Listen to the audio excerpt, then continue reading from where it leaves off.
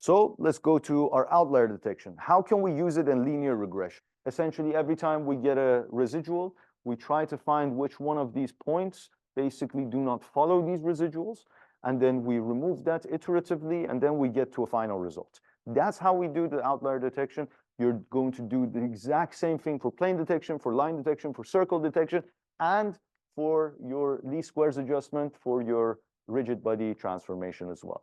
The idea is the same. Once you have the residuals, we play with the residuals, we remove those points that have very high residuals, and then we take it from there.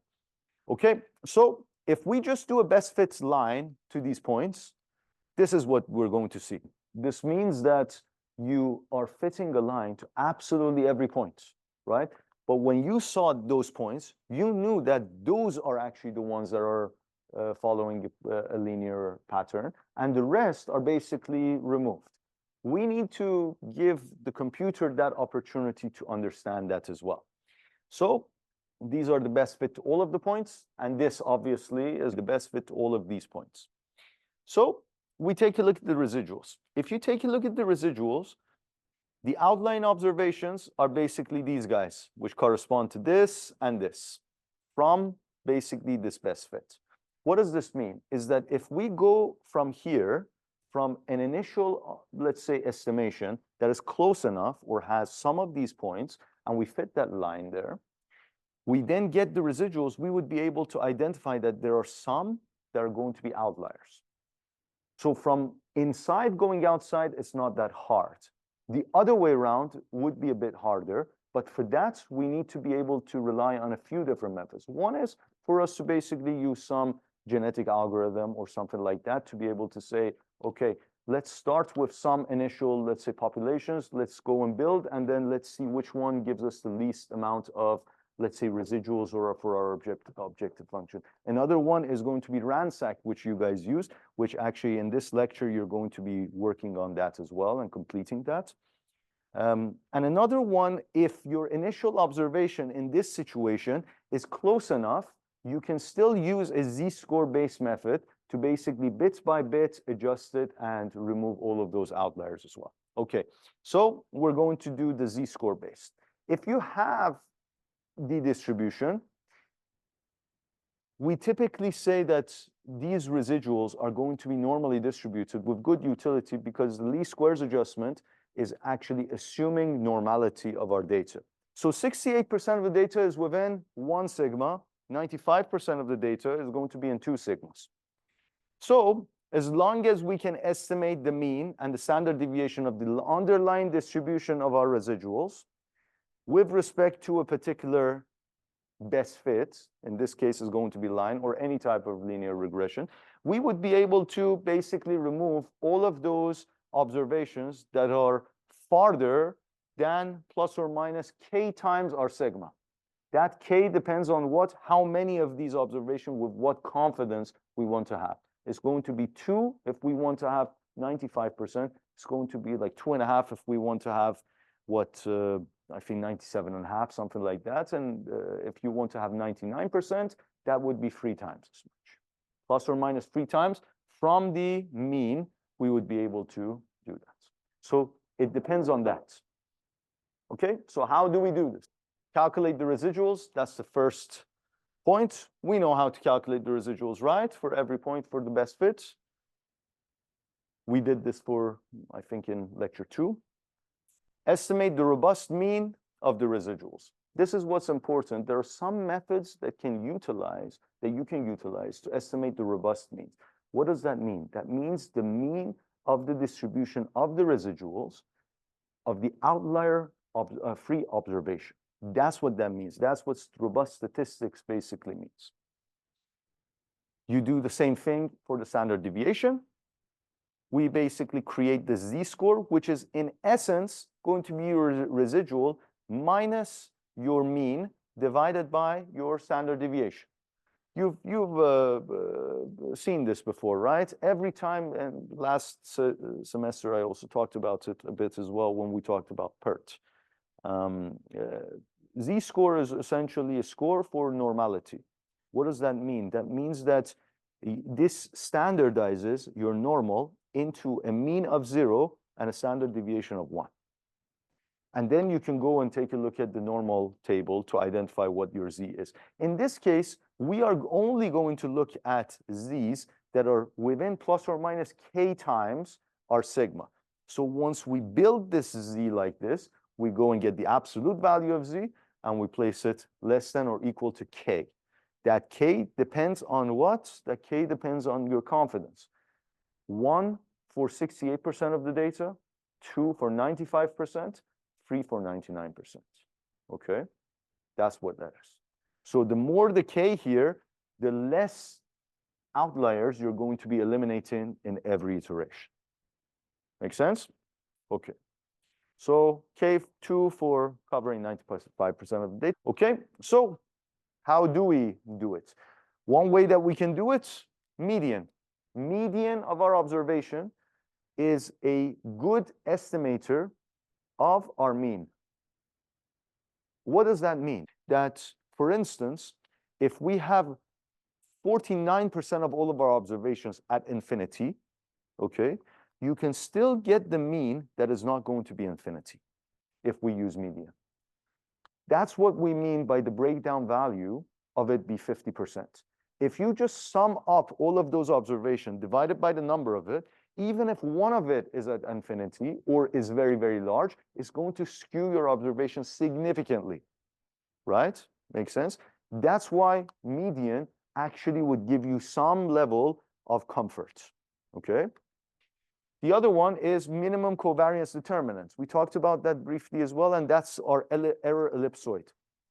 Essentially, it goes and it finds the observations whose covariance matrix has a minimum determinant.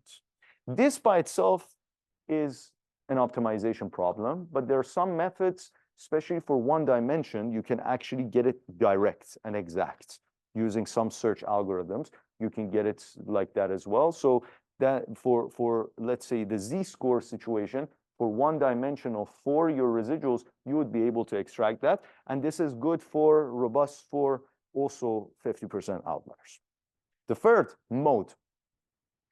Mode is the most frequent observation. You guys did the peak detection for your first assignment, right? Mode is basically the highest peak.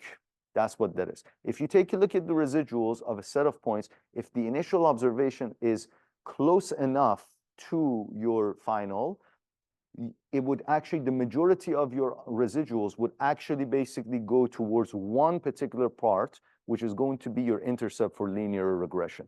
That is going to be predicted by the mode. So mode is another one, and I actually use mode quite a bit for, let's say, circle fitting, for ellipse fitting, that has worked significantly well, and also for plane fitting and line fitting. So this is basically the results that you would get from those. If you want to use the mode, basically the mode is going to be here. If you want to use the median, it's going to be here. The MCD is going to be here. So these three are very, very close. And the mean is going to be basically somewhere else. What about standard deviation? So we know there are 4 different estimates that I've provided that you can utilize to estimate the mean of your observation for your residuals in a robust manner. This is just a MATLAB implementation. So the median is going to be that. The minimum covariance determinant, if you have an a priori ratio, you can get it direct. You have to go and take a look at the algorithm that you can see over here that I basically put together, and this is an exact method. If you do not know the outlier ratio, MATLAB basically has a command that would be able to heuristically estimate that for you. Your mode is basically, you use your kernel smoothing function, which is your KS density. You find the peaks, and then you find the maximum of that, and that would give you the mode. So there are some ways that you would be able to extract that information. Okay, what about standard deviation? The first one is the median absolute deviation about the median. Again, we have all of these medians here because we want to get an estimate of the scale or the standard deviation of your data with respect to your median. How is it calculated? You have to get the median, and then you have to get the median of everything that has been shifted by the median. and then you have to basically put it onto a particular coefficient that you're going to divide it for. Why? Because it has to asymptotically limit to normality. The second one is minimum covariance determinant. Essentially, once you get the most outlier-free observation, the mean of that would be the mean, and the covariance of that would be the covariance, or your standard deviation of that would be your standard deviation of your observations. So what would happen if I do median plus or minus 2 times MADN? I would give exactly these observations, right? If I do mean for the MCD plus or minus 2 times the SCD, you can basically still get those results as well, right? If I were to go with a mean and the rest, I would basically go and get all of the observations there. Okay? So this is just to give you some ideas that with different estimators, you would get different results of your inliers. Okay, so how are they estimated? MADN or MAD? This is that coefficient that I talked to you about. So you first have to do every observation, you have to basically subtract it from its median. You get the absolute of that, and you get the median of that absolute. That would be your median absolute deviation. And then the normalized one, or the MADN, has to be normalized by a coefficient that asymptotically would replicate normality. Okay, minimum covariance determinant, if you again know it, you use the same methodology so that you can extract that, and then you get the standard deviation. If you don't know it, you can always rely on the one that MATLAB has. Okay, so strategies for that. If you know the ratio, you basically use your univariate MCD. If you know that 20% of the data is going to be outliers, you use univariate MCD for that. If you don't know, but you know your ratio is less than 50%, okay, and less than 10,000, you'd use the robust MCD that MATLAB provides. If it is more than that, you're going to go with median and then median absolute deviation along the median.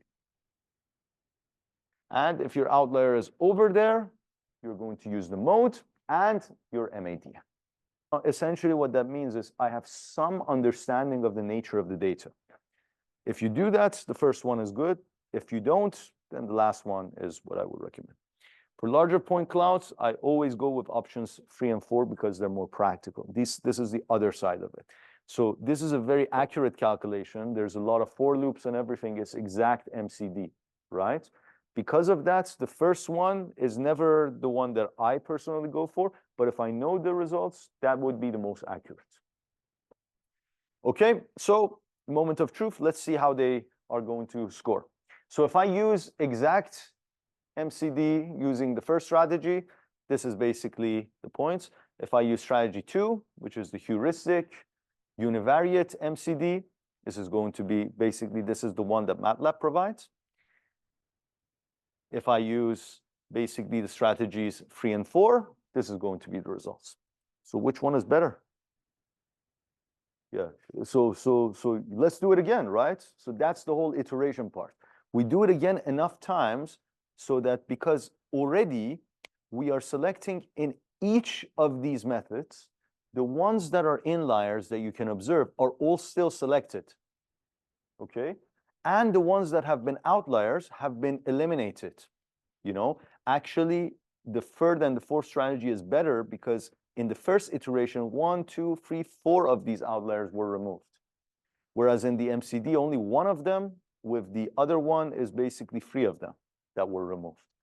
As long as the method in the iteration is not removing the inliers and only removing the outliers, you're good. So this is one indication for you to understand which method is going to be better or worse, okay? So can you guys access this? So hyperplane, I'll just remind you very briefly, we have basically our covariance matrix, eigenvalue decomposition, and this is going to be that. Any type of hyperplane fitting basically goes through that. This includes our rigid body transformation, plane fitting, line fitting. So we need to have this, but you already all have remembered this, right? And you know this for your plane fitting as well, right? What you do is you get the covariance of the set of points. What you do is you get the ion value, the composition of the covariance of that. You get the ion vector corresponding to the smallest ion value. That would give you the normal vector, or in the case of line would be the orthogonal vector to your direction of your line. And then for the intercepts, you basically get the mean minus dot product of your parameter vector times the mean of your observations. That would basically give you your intercept. So, and then you get the residuals at the end here as well. And this is the MATLAB interpretation in case you guys have forgotten somehow, but you guys already know it because of assignment number 3. So I will just very briefly go through it for you. So you estimating the plane parameters, you already have that. Estimating the residuals, I've basically separated these. You don't have to separate them, but you know, just for simplicity, I basically separated that you get the attributes through this methodology. And here you have the distance, which is the distance of every point to that plane parameter. That would give you your residuals. And in this case, I put a plane, but this works correctly for lines. This works correctly for anything that is going to be a linear regression. Okay, so how do you implement this in MATLAB for your z-scores? Okay, perform your linear regression. That's what you're going to do. Calculate the residuals. That's what we just established there through the functions. Estimate the robust mean of the residuals. That's going to be mu using any of those strategies that we talked about, depends upon the type of the problem. Estimate your robust standard deviation, again, using one of those strategies that we talked about. Mean, center, and scale the observation. This is where you get the z-score, the absolute value of that. If that is smaller than or equal to k, that value you would need to identify based on how many of these observations every time you're going to be taking into consideration. So if it's free, the possibility of the observations remaining higher or the outliers being detected less would be higher, right? So you're keeping more observations in. Outlier detection, the first strategy. Here I'm basically using univariate MCD for my sigma and for my mean. How I'm doing it, I'm basically using the univariate MCD function that I provided to you guys, get the mu and the STD from that, the standard deviation. Then I basically do it k times that, and then I go and I find all of the inliers basically that satisfies this criteria. So strategy 1 with exact, so we know the outlier ratio. That's why this alpha is here. The k is basically the k that we have, either is 2 or 3. The other method is you do it with respect to the strategy 2, which is heuristic MCD. This uses the robust cove function of MATLAB and basically does the exact same thing. So you here basically have the attributes and the RMSE. From that, you basically go down and take it from there. This is specifically for that. You can always take that basically attribute and RMSE out of this function. And instead of x here, have the input as your RMSE. You can also do that because that would directly be applicable for your FIM project as well. Okay, the first strategy is to use median and MADN. So we have the function of the median, function of the MADN. The rest of the function is going to be exactly the same. And then the fourth one is going to be mode and MADN. And you use the exact same strategy. So the only thing here that changes is what? Is how you're calculating the MADN, how you calculate, sorry, the mean, and how you're calculating standard deviation. Okay, so let's go with the single. This is basically what has been revisited here. What if we implement it iteratively? And that's basically what the million-dollar question is. And this is basically how we're going to be doing it. We call it the concentration step. So we do this z-score multiple times as a concentration step. Select the z-score for your outlier detection method with one of our 4 methods. Yeah.